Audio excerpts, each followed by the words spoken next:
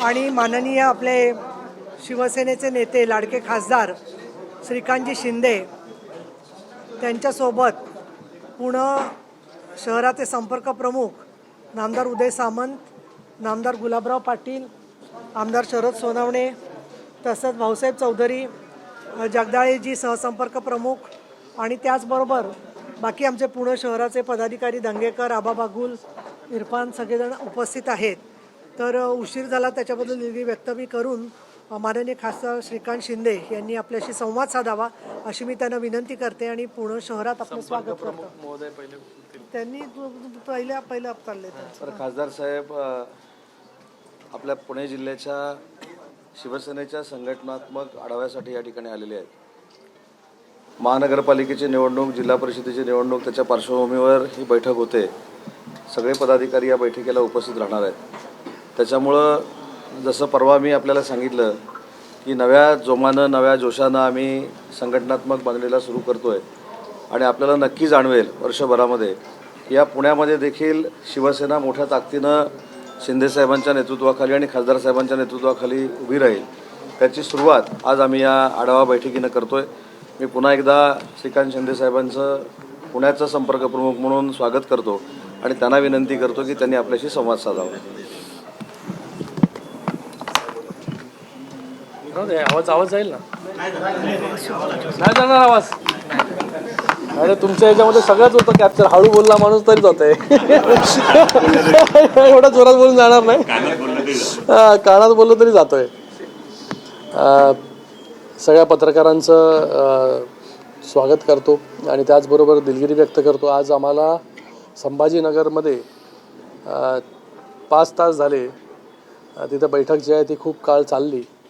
त्याच्यामुळे इथे येण्यासाठी उशीर झाला. पण आज या पुणे जिल्ह्यामधील सर्व पदाधिकाऱ्यांची बैठक, मेळावा जो आहे तो आज इथे आयोजित केलेला आहे. या बैठकीसाठी निलमताई उपस्थित आहेत. त्याचबरोबर आमचे संपर्क प्रमुख उदय सामंतजी आहेत.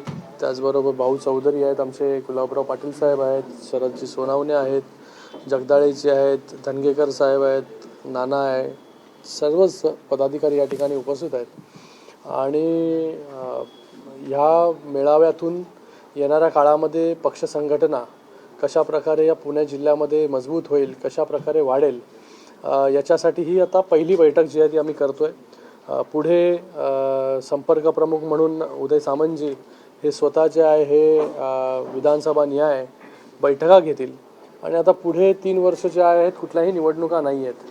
तर संपूर्ण महाराष्ट्रामध्ये फिरून वेगवेगळ्या भागांमध्ये जाऊन या बैठका ज्या आहेत त्या घेतल्या जातील. शरदजी सोनवणे यांना देखील संपर्क प्रमुख जे आहे हे आपण शिरूर लोकसभेचं त्यांची ही जबाबदारी आहे.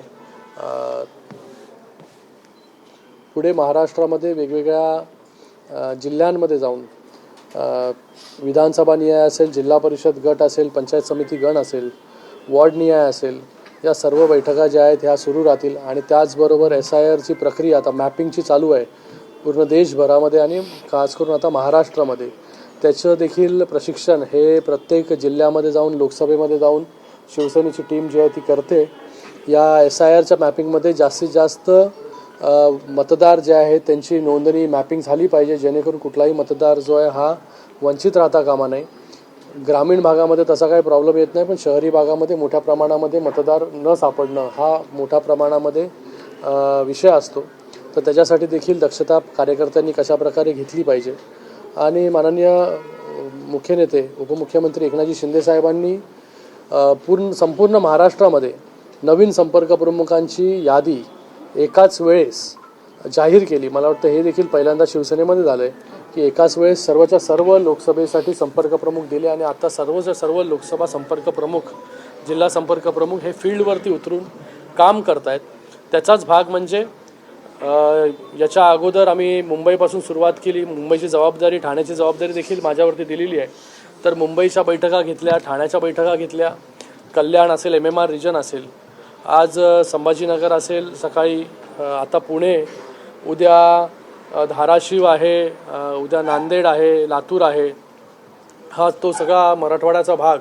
त्याचबरोबर सोलापूर, या सर्व भागांमध्ये जाऊन प्रत्यक्ष कार्यकर्त्यांना भेटणं, त्यांच्याशी बोलणं आणि त्यांचं ऐकून घेणं की काय बाबा कशा प्रकारचं संघटन आत्तापर्यंत केलेलं आहे, कशा प्रकारे पुढे अजून काय काय आवश्यकता आहेत, या सगळ्या गोष्टी ज्या आहेत त्यांच्याबरोबर चर्चा करून पुढे जे आहेत येणाऱ्या काळामध्ये शिवसेनेची ताकद जी आहे ही प्रत्येक जिल्ह्यामध्ये कशी वाढेल याच्यासाठी सर्व मंत्री असतील, सर्व पदाधिकारी असतील, संपर्क प्रमुख असतील, हे जोमाने जे आहे ते कामाला लागलेले आहेत.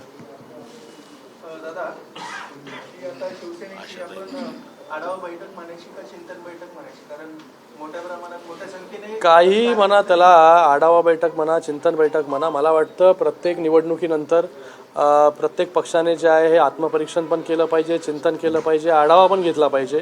त्याच्या अनुषंगाने जे आहे हे आढावा येणाऱ्या, जसं मी सांगितलं तुम्हाला, पुढील 3 वर्ष जे आहे ही निवडणुका नाही आहेत, पण तुम्हाला एक तेही सांगेन मी की जेव्हा विधानसभेच्या निवडणुका झाल्या त्या विधानसभेच्या निवडणुकीमध्ये शिवसेनेला मोठं यश जे आहे ते मिळालं.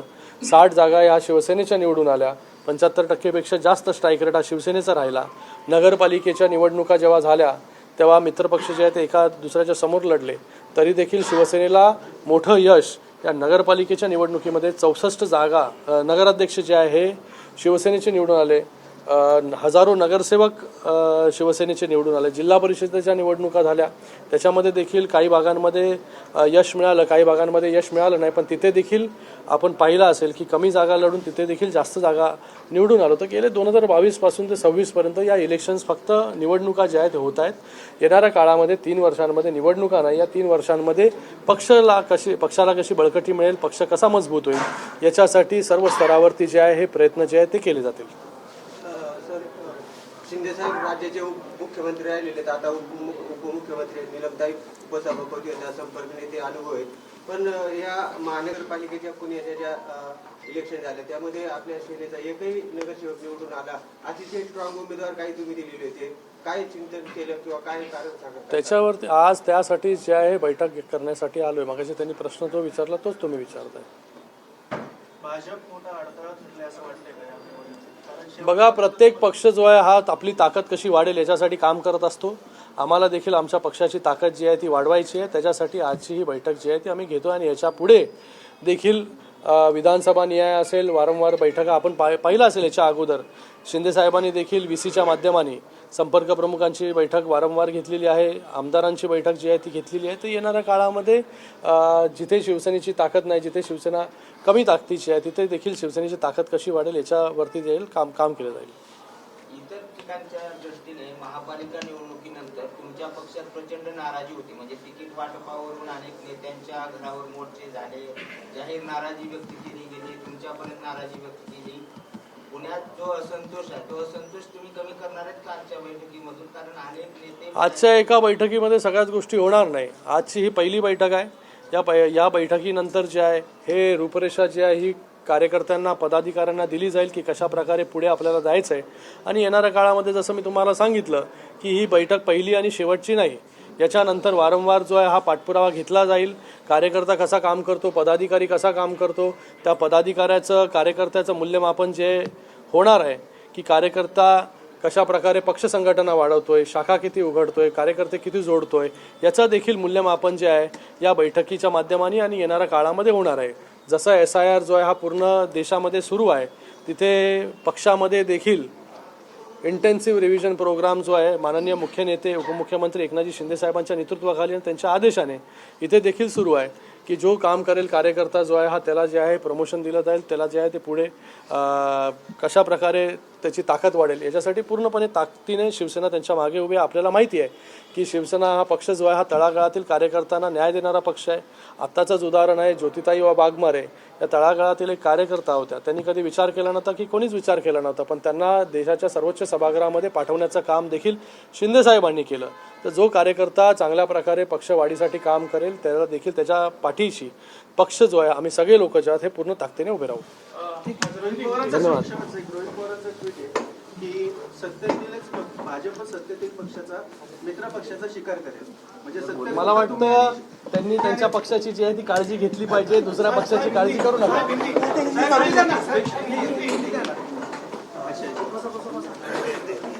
उठून बोल. माईकचा आवाज नाही. अरे माइक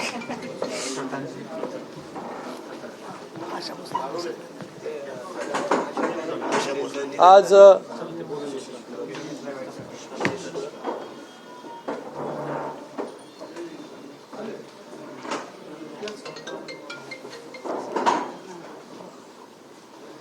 आज आपल्या संपूर्ण महाराष्ट्रावरती आणि देशावरती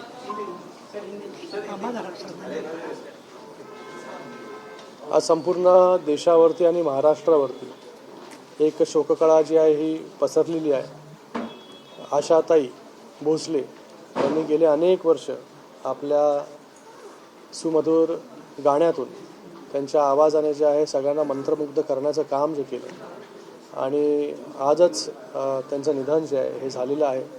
आज त्यांना देखील शिवसेना पक्षाच्या वतीने श्रद्धांजली जी आहे ती या ठिकाणी आम्ही अर्पित करतो. आज त्यांच्या जाण्याने एक मोठी पोकळी जी आहे ही निर्माण झालेली आहे जी कधीच भरून निघणार नाही. त्यांच्याकडे बघून जे आहे हे नवीन गायक जे आहे हे आपल्या देशाला काही वर्षांमध्ये मिळाले.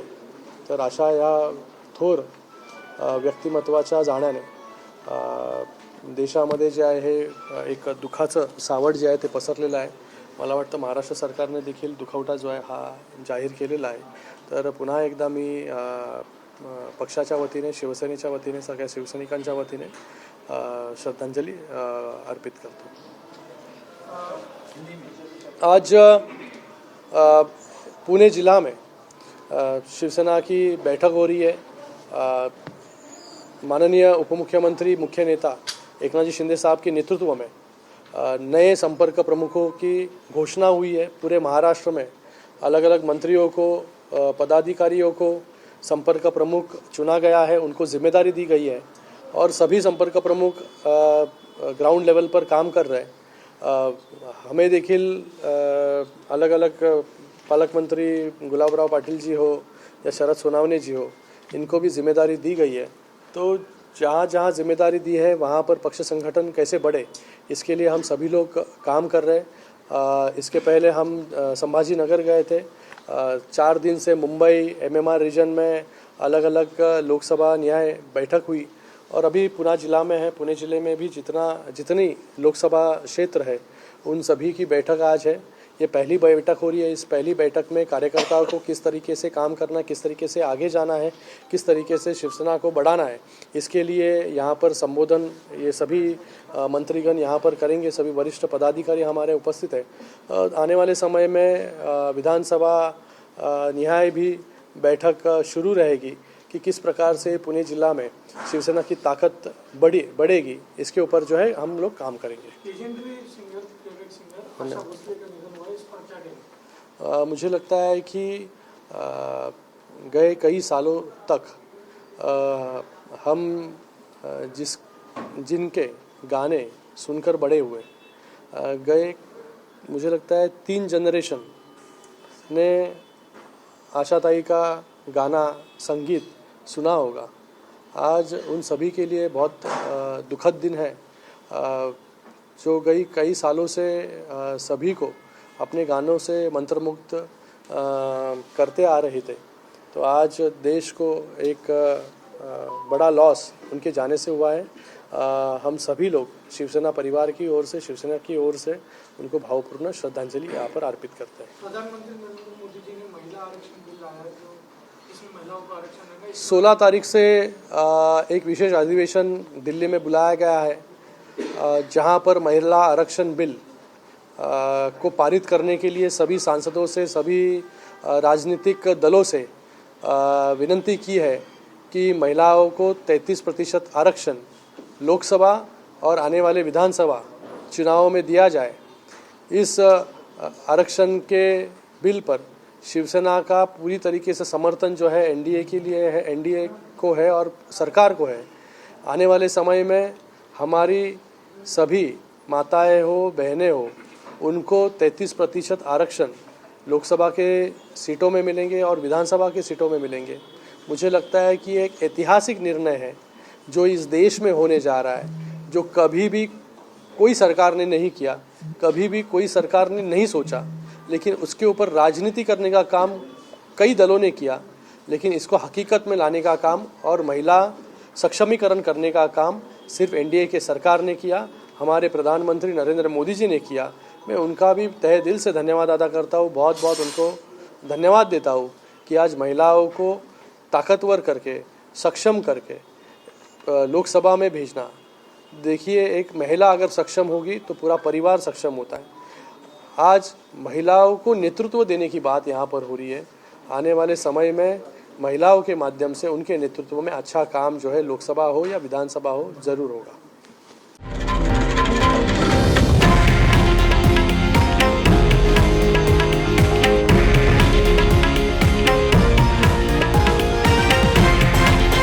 हे आहे देशातील नंबर 1 न्यूज नेटवर्क आणि आपण पाहत आहात TV9 मराठी, एकमेव।